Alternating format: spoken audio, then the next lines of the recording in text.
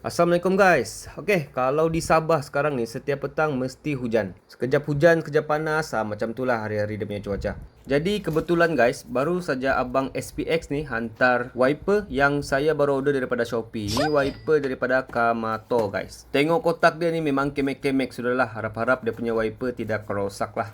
Biasa kita dengar Kamato ni dia jual dia punya kapit kaki kan. Rupanya dia ada juga jual wiper. Bukan wiper lah, dia ada banyak, ada dashcam macam-macam lah. Jadi apa special dengan wiper daripada Kamato ni guys? Jom kita tengok. Okey, wiper dari Kamato ni menggunakan silikon teknologi. Dia bukan guna getah biasa, dia ada ciri-ciri khas lah. Dan wiper ni dia ada bermacam-macam jenis klip yang sesuai dengan model kereta yang kamu order. Macam saya order untuk Pro 2 Asia, jadi dia bagi saiz 14 inci dan 24 inci blade. Sebenarnya wiper saya ni baru juga tukar. Cuba tengok, nampak macam okey kan? Kita tengok lagi dekat. Okey, kalau perhati betul-betul dia punya wiper ni sekarang dia ada macam ada line lah, dia punya watermark. Yang ni akan tinggal bila kita guna wiper ketika hujan. Jadi wiper sekarang ni dia kurang efisien lah. So sekarang saya akan gantikan wiper blade saya ni dengan model dari Kamato, silikon teknologi. Kita tengok dulu dia punya teknologi guys, jadi atau tidak. Okey, tukar wiper ni memang senang lah. Dia cuma guna klip sahaja. Saya rasa semua orang boleh buat. Boleh nampak kah? Yang ni klip disertakan dalam set wiper Kamato. Sebab saya order untuk Pro 2 Asia, jadi dia sertakan klip yang sesuai untuk model yang saya order. Memang senang lah. Tukar kiri kanan sama sahaja.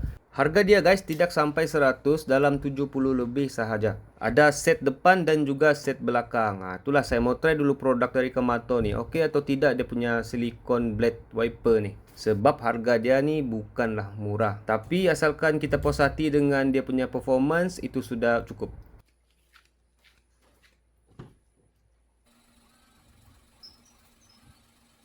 Okey guys, kalau kamu perasan awal-awal ni dia macam ada bunyi sikit. Kita try lagi. Okey guys, ni bukan video sponsor. So mana yang baik, mana yang kurang saya akan share dengan korang semua. Tapi kalau kamu ada apa-apa pengalaman berkenaan semua produk yang saya ada share, kamu boleh komen dan share pengalaman sama-sama.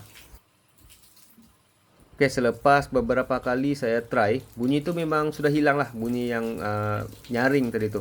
Tapi sekarang ni saya mau cuba dia punya hydrophobic effect. Hydrophobic effect ni dia macam kita mencurah ke daun keladi lah.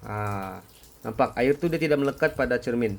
Ini salah satu dia punya teknologi lah. Dia bagi macam coating hydrophobic pada cermin. Okey, dari dalam pula selepas guna wiper ni nampak clear. Bukan nampak lain. Yang lain tu dia sudah hilang. Sebelum ni dia ada tinggal watermark, yang ni dia terus kering lah, terus bersih. Okey, sekarang saya test siram pada permukaan cermin ni guys. Tengok cermin ni dia nampak dia punya efek hydrophobic tu macam menjadi. Sebab cermin ni saya tidak pernah coating. Cermin depan memang saya tidak pernah coating. Sebab ini salah satu silikon teknologi yang dia bagi pada wiper Kamato ni, water repellent hydrophobic. Harap-harap wiper ni tahan lama lah bila saya pakai. Sebab cuaca sekarang ni sekejap hujan, sekejap panas, memang cepat wiper rosak.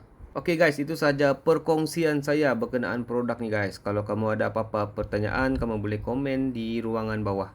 Produk ni bagus atau tidak? Cuba komen.